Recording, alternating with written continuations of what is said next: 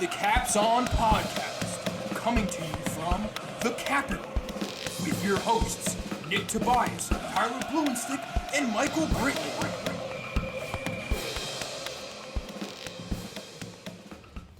Welcome to our NBA Christmas special. You're listening to the capsON podcast. There are 5 games on Christmas, starting with the Celtics at the Raptors at 12 p.m. on ESPN, Bucks 76ers in Philadelphia at 2:30 on ABC, Rockets Warriors at 5 on ABC, then Clippers Lakers at 8 p.m. on ESPN, and then also on ESPN, Pelicans visiting the Nuggets. Some good games, some bad games. I think the schedule is obviously made before the season, so nobody's really predicting what happened to the Warriors. Pelicans had a lot of hype around them with Zion. Especially if Zion played. Yeah, but hasn't shown his face in the NBA yet. How's everybody doing? Living the dream. Oh, we're hanging in there. Don't the Knicks usually play on Christmas? But They they're do. so bad that they Yeah, just the Knicks decided are not. terrible. I don't know if anybody wants to watch that. No, definitely not. So I guess we could start off with the Celtics at the Raptors. Right now, Raptors open as 1.5-point underdogs. Little home dog situation. Yeah, little home dog situation. Noon tip-off? Yeah, little noon tip-off home dog situation. Celtics spending Christmas in Canada, looks like. They're going to be without Marcus Smart, though. He's got an eye infection. Has been able to play the past couple games. Gordon Hayward's looking to play, bounce back after his left foot got a little sore.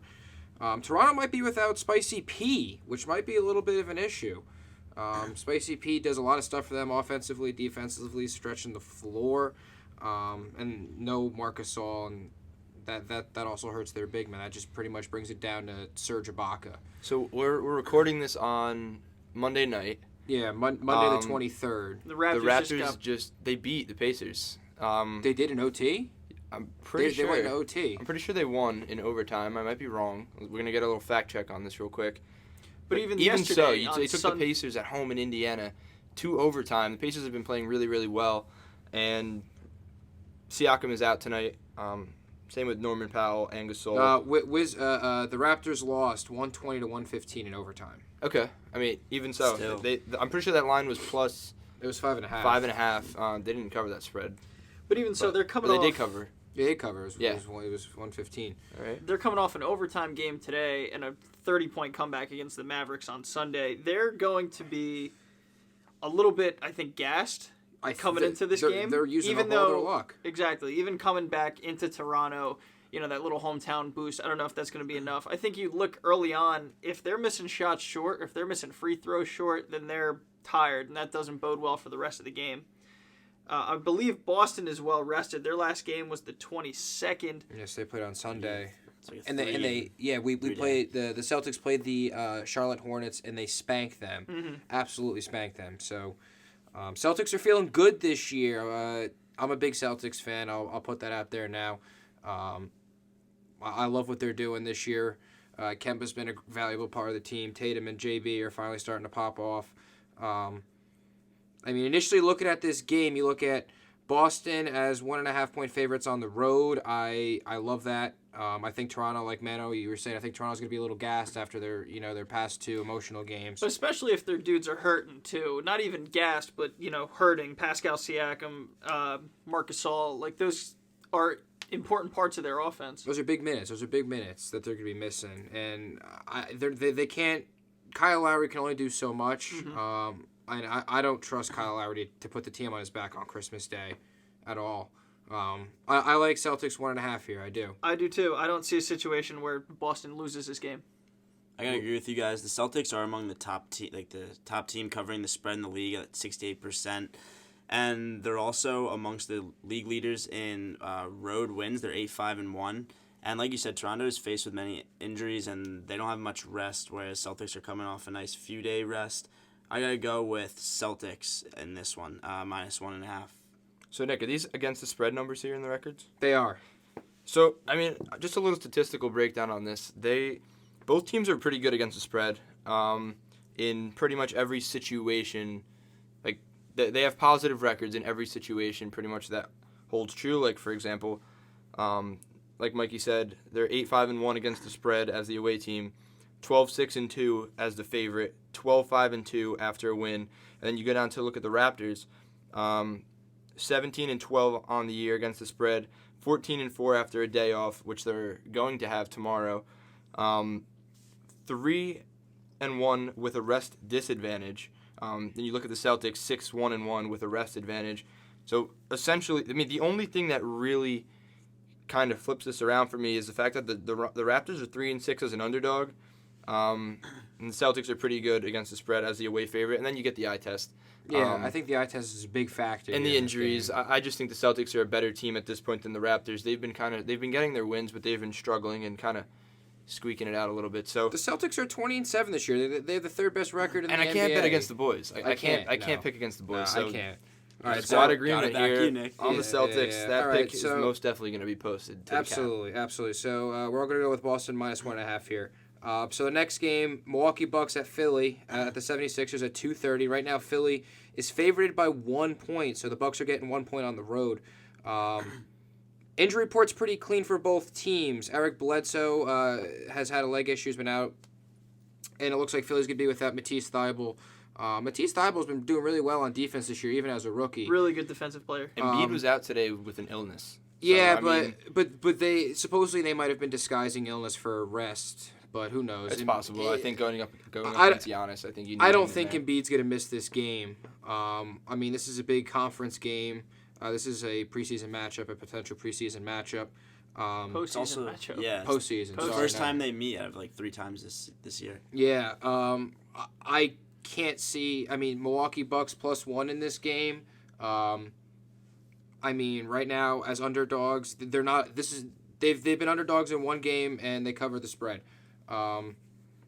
I think Milwaukee +1 is an easy pick here. I mean, personally, I'm going to bet this mostly with my heart and my brain, but I hate the Philadelphia 76ers with a burning passion. Ben Simmons is a scrub.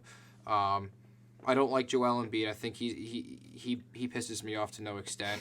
Al Horford, he's just a fossil. He's a liability on the defensive end. He can only kind of protect the paint, but he can't really protect the pick and roll. And without Matisse Thybulle, I think Giannis feasts inside.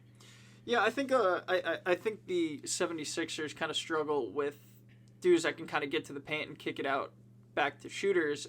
Normally that's, drive and kick guards, faster guards, but in Milwaukee's case it's Giannis, and even not Giannis, Bledsoe, who's not going to play. So Chris Middleton right, with the to kick it out to Chris Yeah. Middleton and no one's around and he drains a Covington, three. Wes Matthews. Exactly. They have those spot-up shooters that I think kind of pose as a liability to Philadelphia. I think Milwaukee +1 is a pretty easy pick here. Okay, I'm going to disagree with you guys on this just because they're going into Philly and it's going to be like a playoff atmosphere in there. The place is going to be rocking. It's Christmas Day. Philly fans are insane. And the Sixers are 15-2 at home this year, and I understand They're that. terrible against the spread. I get that, but the spread's -1. So but the it's spread is basically spread- a pick 'em. the Like, It doesn't matter. The spread is the spread. That's the thing. you're right. They might be overvalued, and that's how it's going. I just hate the Philadelphia 76ers with a burning I passion. hate the Sixers. I hate to take this, but I have to go with the Sixers at home -1. All right, a couple more records. Not going to go as in depth on this one, but Milwaukee's 18-13 against the spread as a total. They're 1-0 as an underdog, so this is only the second time that they're getting points. Which that they that win should be. came on the road. Not sure to who, but it came on the road. So they're 1-0 away. 1-0 as an away underdog. Pretty much a good team against the spread. I mean, when they're double digits favorites, they tend to blow teams out. And when they get the respect they deserve, they tend to play it close but eke out their wins. But then you look at Philly, one of the worst teams. Not one of the worst teams against the spread. They're just a little bit less than average. But I would say out of the top teams in the league, and I would absolutely consider them up there, they're one of the worst teams against the spread. And this is a weird game when they're not going to have the best guy on the floor. It's tough. They're very matchup prone, and if you have a good enough coach to exploit, their weaknesses and continue to attack them effectively, then they get into some trouble, and it's not always situations where they can keep up with the dudes they have on the court. They chose to go big, and that kind of limited their spacing. It's been a problem for a long time now, and they're taking steps to address it. It just seems like it's something. I just like you were talking about before with the coaching. Bruce Brown has been shaky all year. Brett Brown. Bruce. But Budenholzer, Sure. what a coach. I mean, he's really turned Giannis around, and Giannis has developed, and that team is fantastic. He's taken that team to the next level, and that's what I was getting at. More space and three-point shooting. When they were under Jason Kidd, I think they were tops in the league at playing in the paint. Now they can play inside out as opposed Giannis can to make threes. Exactly. That's the other X factor for him now. Stick, right. What do you think? I'm gonna go Milwaukee +1. All right. All right, so next game we got Houston Rockets at Golden State Warriors. I know Stick was talking a little bit before about how these games were posted before the season started, and before the season started, this would have been It would have been an electric matchup. Would have been a great if both teams are matchup. healthy. Would have been a great matchup. But looks like we got instead of getting Russ and James Harden against Clay and Steph, we're getting And Draymond. You can't forget about Draymond and D'Angelo Russell. Come on. well now it's just D'Angelo Russell and I know, Draymond but still. and Eric Pascal And Kevin Looney. So right now, Golden State Warriors opened as 9.5-point dogs. Right now for the injury report, Clint Capella's been out the past couple games, but he's bouncing back from a right heel is probable. Eric Gordon had surgery on his knee back in November. His 6-week timetable puts him right back into the schedule around the time of Christmas, so it's still up in the air whether he's going to play or not. But if he plays, expecting to have a minutes restriction off the bench. For Golden State, really their injury report isn't too crazy. Eric Pascal's been a little banged up with a right knee issue recently, but he got a hip issue earlier in the month, so he's kind of been battling injuries. But Golden State, real disappointing this year. It's not really their fault. They've been pretty injury prone. Yeah, it's been tough. They haven't really had much consistency in their starting lineup. No, and it's tough for the Warriors to be the Warriors when they don't have the shooters that they do. When they don't have Steph, they don't have Clay, obviously. Yeah. I look at this game and I just see James Harden on Christmas Eve putting up 60 points. Christmas Day, putting up 60 great points. Christmas Eve. Dreaming about a Christmas Eve. Him and Russ are on the phone FaceTiming about how Russ is going to put up a triple-double. Harden's going to drop 60 points. And I just think that Houston goes in. This is Houston's chance to smack Golden State in the face a little bit. Golden State's obviously had their dynasty run, and it's obviously come to an end since KD left. But I think this is Houston's chance to get back and really punch Golden State in the face. Yeah, 9.5 is a heavy line here. It is. That's the only thing that scares me. I worry that consistency in Houston's side of the ball kind of keeps them out of it a little bit. Not necessarily Westbrook and Harden, but more of those other role players that they have there. The Daniel Houses, the Clint Capellas. Austin Rivers, too.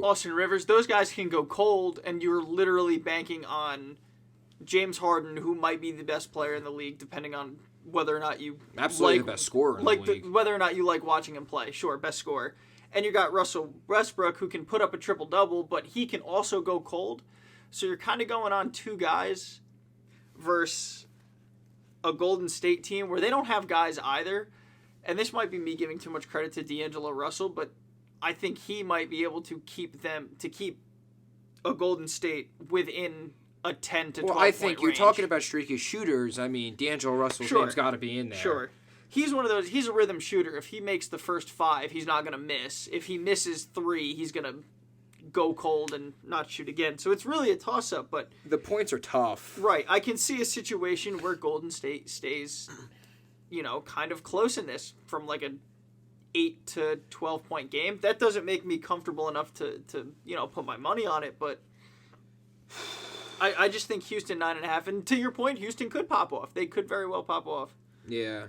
It's just a tough line to look at. It's tough too because I wish the lines would have came out, the team total, the over-unders. The over-unders haven't come out yet. I think they're going to come out tomorrow, but since we're doing this podcast on Monday, we're not going to know the over-unders, so right now we're just picking the spreads. I wish I knew the over-under in this game because I feel like the over's going to hit. I feel like there's going to be little to no defense Right. Well, played that's in one this of those game. things where if you see the over and Vegas sets it at. Oh, they did release. No, never mind. Sorry, that's. But you know what I Oh, mean, where they set it at, They released some. They didn't release this game. Okay, so if they leave it at a high number, Yeah. then they think, Golden State is more inclined to cover. You guys have no. Right now, Houston's No, Houston's moved to -10 since I first did this research this morning. So looks like the money's on Houston. 10 makes you a little more nervous too, seeing the double Yeah, digits. but I mean, you guys pretty much hit on all the points. But like you said, it depends how Harden and Westbrook come out. I think they're going to come out strong on Christmas, and Golden State just doesn't have the explosiveness on offense. I got to go, even with a large spread, I got to go with Houston -10 or -9.5, -10. What is it, 10 now? It's 10 now. I think they beat him by a good 15. I think they beat him down a little bit here. Yeah, I'm gonna agree, and I think we can move on here. Yeah, absolutely. Okay. So next game, this is the marquee game. L.A. Clippers at L.A. Lakers. Really, both teams are home because they're both playing in Staples Center. Right now, Lakers are giving 2 points. Looks like the injury report for the Clippers is going to be pretty clean. Pat Beverly's kind of been battling injury, but he's been rested the past couple days, so I think he's going to be ready to bounce back. Kawhi Leonard's already got his rest. He rested on Sunday, so he's going to be fresh. The only thing about the Lakers that's makes me a little wary about them is AD tweaked his knee a little bit back on Sunday, and LeBron hurt his back too. So we got 2 of their stars, Lakers' 2 stars are both out with injury, or at least questionable with injury. Obviously, Lakers aren't anything without. I mean, they're different obviously without AD or LeBron, but not having either one of them, that'd be tough. But LeBron said, I don't see a situation where LeBron misses this game. He knows it's Christmas Day. He knows it's a big stage, and that's what LeBron lives for. I think AD will play off of that too. I don't think AD is going to miss this game. This is the matchup. I mean, they were talking about this game in the preseason before it was even scheduled. Under all the layers of Anthony Davis, this is probably one of the reasons he wanted to come to LA. Absolutely, to play in these marquee situations. Listen, this is big, the reason. Meaningful games. This is the reason all those stars went to those teams. Right, and he's been tucked away in New Orleans for his entire career, and that's not to go unnoticed. But when you're carrying a team and then you come and play with another star, they're 2 different spectrums. When you play with another star, the best of you is brought out, especially when it's LeBron James. So you can see Anthony Davis in these high-profile situations. I think he feeds off that. I think he's going to play. The only thing is the Clippers have the Clippers bench is so solid. That's what I was about to say. If you take LeBron James and Anthony Davis off the court, right? And I don't know how many situations where they're both coming off the court, probably in last 2-minute situations where you might be able to afford to give up some points. The Clippers bench is just infinitely better. Luel, Papev, Trez. Those are guys I trust. I can't look at the Lakers bench and be like, I trust Jared Dudley. I trust Avery Bradley. Even guys in their starting lineup that aren't LeBron and Anthony Davis. It's hard to look at what Rondo is now and be like... Rondo was taking threes from 35, 40 feet out for no reason. And even Danny Green has kind of taken a step back, but that's just kind of Danny Green. He's the quiet, 3-and-D player, but in the playoffs where everything is under a microscope, everybody appreciates him. But, yeah, I think Clippers +2 is the pick here.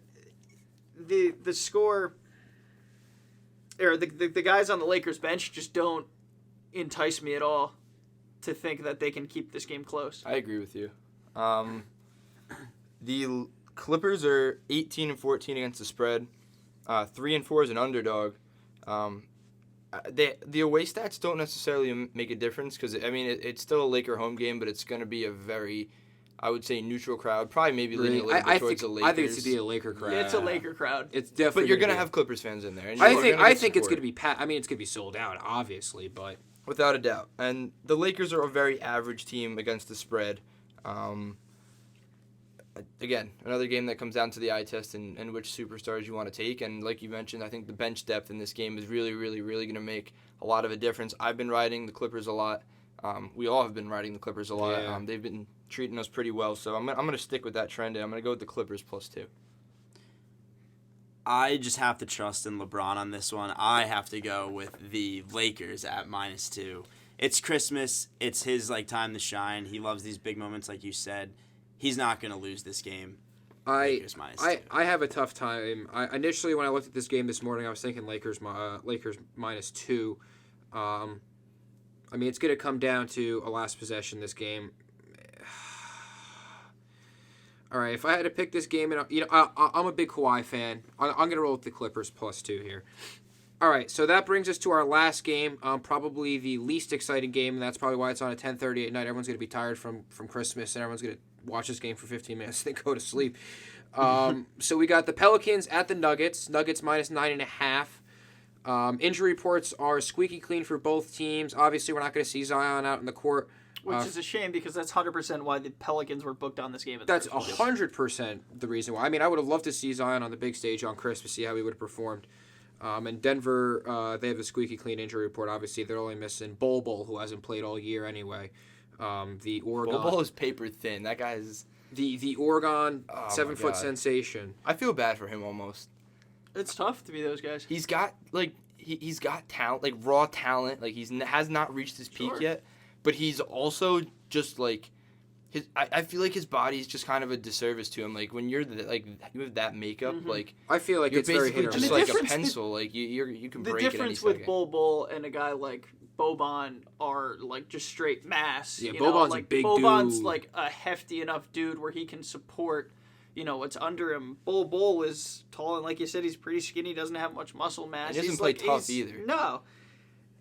He didn't really have to. He's a 7'4" dude who's stroke a three, stand out in the corner and shoot over everybody. You don't have to be that physical, but either way, he's not going to play.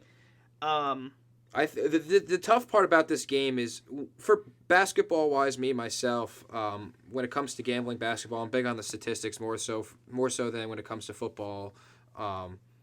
Baseball is very analytic and statistical too, but both of these teams are pretty bad against the spread in any facet that you look at. In general, the Pelicans are around 34%, and Denver's only 48%. So that may... The thing about New Orleans is, I know, Mano, you and I were talking about it a little bit before we started the podcast, is New Orleans has the potential to pop off out of nowhere. Mm-hmm. The same thing, yeah. Brandon Ingram has shown what he can do. What I said about Golden State, kind of multiply that by whatever to get to New Orleans. They have more pop-off potential with Brandon Ingram and Josh Hart and, Lonzo, and they still have Drew Holiday. So that's at least, 2, 3 capable scorers. J.J. Redick, you mentioned J.J. Redick. Sure, yeah. If they can get J.J. Redick going off screens and he hits his first, well, even if he doesn't hit his first 5, he's still going to run around screens and hit the 6th. The only thing that makes me nervous is who's going to defend Jokic? Yes. Who's going to defend Jokic? They're starting Derek Favors at the center, and they have Jackson Hayes behind him. Jackson Hayes is going to get thrown around by Jokic. Now, but that's the thing is Jokic has had those triple-double games where he's gone, 30, 15, and 10, and they still lose. Jamal Murray's a streaky shooter.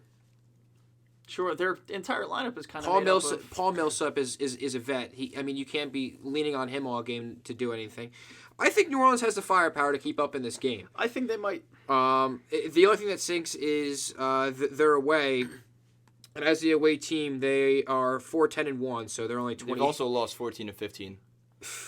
Yeah, that's tough. That's why we didn't pick them to win. We just told them to keep it close. It's this game. I have to see if the total came out because maybe that's something I would gamble on for this. The total didn't come out.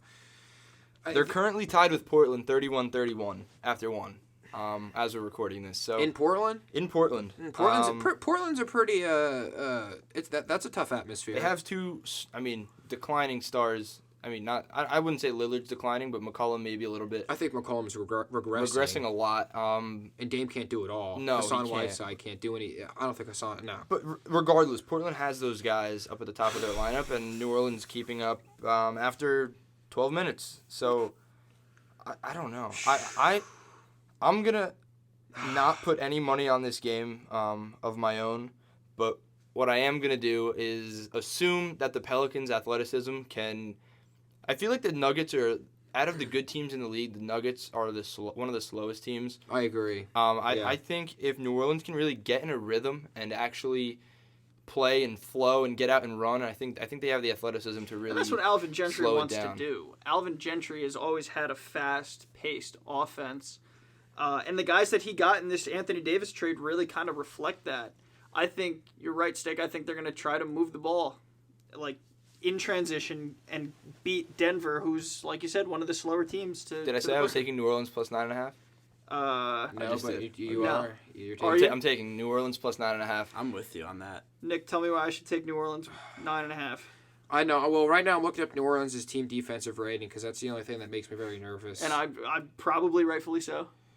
Let's see. Pelicans. Near the bottom, they're 27th in the league in Nice. defensive rating. Nice. Jeez. I just think they're gonna get out rebounded. I think they're gonna get out Sure. rebounded, and usually the rebound lead usually tells a tale of how the game Sure. goes. Because they have Miles Plumlee too. They're gonna be battling these guys down low. Yeah, they're going to wear down Jackson Hayes. They're gonna wear down Jackson Hayes. Gonna wear down Favors. It's gonna end up being Brandon Ingram on not Jaleel Okafor. Brandon Ingram on Jokic or Miles Plumlee or even Mason Plumlee or Paul Millsap. All right, I'll go Denver 9.5. I'm with you. Denver I gotta go minus 9.5. I gotta go Denver 9.5. I think everyone wishes for a white Christmas where it snows, but I think on this Christmas game, it's about to rain threes. My guy J.J. Redick is going to put up 6 threes in this game. The Pelicans are going to be lethal from behind the arc. I'm going Pelicans plus 9.5. All right, so we got a dead split Yeah. on the last game. But, I mean, just thinking back, I can honestly say that the first, 4 games of this? There's 5 complete games, right? Yeah, there's 5 games. The 12 first to 4 are good. 35, 8 and 10. Well, you figure even if everybody's healthy, I mean this slate's fantastic. Yeah, but what I'm saying is I'm honestly going to put my money on each and every one of those 4 games. I think the lines really allow you to get into the games, especially on Christmas, which I like. I remember last year the spreads were somewhere in the 5, 6, 7, up to 10 range. There was no really very close, good, bettable games. And this year I'm glad that it's turned around because now you can just sit with family. You can escape your family, go watch the games, however the cookie crumbles on your end. But, I don't know. I'm excited for this. I think this is going to be good. Yeah, think no, it's a good slate. it's good. I'm excited for this Christmas. They got a lot of good games out there. They got a lot of good teams. They got a lot of potential, a lot of star power out there. A lot of high scoring games. I think. I don't think there's going to be a lot of defense played. I mean, maybe in the Celtics game there might be some defense played. I can see New Orleans, Portland staying pretty low if both teams get cold. New Orleans, Denver. Yeah. New Orleans, Denver. Yeah. Boston and Toronto might stay a little low too. 12 o'clock, It's early. early start. Yeah. These guys are, Wonder what the probably time change is. doing Is there a whatever. time change? No. No. Oh. Well, listen. Come on. Listen, just a border. Well, you never know. No, you do know. Well, no, you guys know. I Okay. don't know. But no, yeah. I mean, I think we got a good slate going on Sure. out here. If any of you guys are listening, you want to fade, you're tailing, anything like that, let us know. We want to know what you guys are thinking for the game, what you guys are taking. Football season's winding down, so we're trying to get into our other stuff. And I know we're going to do a special podcast for the bowl season, for college football season, bowl season. Are we not? College football playoffs, yeah. Yes. Yeah. It's only 2 games. Well, we'll do the playoffs. Maybe we'll preview some other games too. But yeah, I mean, that's pretty much it. Anybody else have any other thoughts before we wrap this up? Thank God the Knicks aren't playing. Yeah, thank God the Knicks aren't playing. How you feel the Nets aren't on? It's upsetting. You think you're gonna be on next year? Oh, you have KD With and KD. Kyrie Next you're gonna year, be next on. year we're gonna put. I wouldn't be surprised if they do Knicks Nets next year, Yeah. at MSG. Yeah, that's a good point. At MSG, Yeah. second Even year if RJ the Barrett. Knicks don't make any significant improvement, I think. How much they'll is the put that on. cheapest seat in that arena? 400? 4, Yeah, 350 maybe. that would be wild. I mean, steal. the Knicks are an absolute garbage fire. Yeah. I can't. The last time the Nets played on Christmas, you remember when they had the short sleeve jerseys and the logo, the secondary logo was when big. yes. Yeah, because I think I think we traded Paul Pierce, and I think what we had left of KG was on that game, and I think Reggie Evans ended that game with 15 rebounds. You can fact check me on this one. I'm not fact checking. Okay, you. Reggie Evans popped off Anyway, on a Christmas. Yeah, so that's about it for us. So we have obviously follow us on our social media, Instagram capson.sports. What are we on Twitter?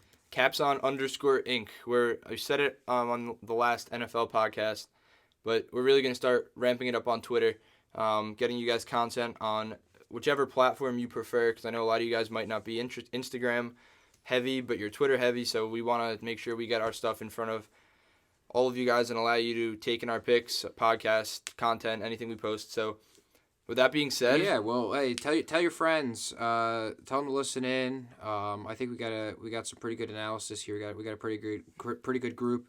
So yeah, tell your friends, spread the word. That's the only way this is gonna grow. The only way we can keep doing stuff for you guys. So yeah, I think that's about it. all right. You guys have a happy holiday. Happy holidays, guys. Enjoy. Have a Merry Christmas. All right. Good luck. And as always, we'll keep the cap on for you.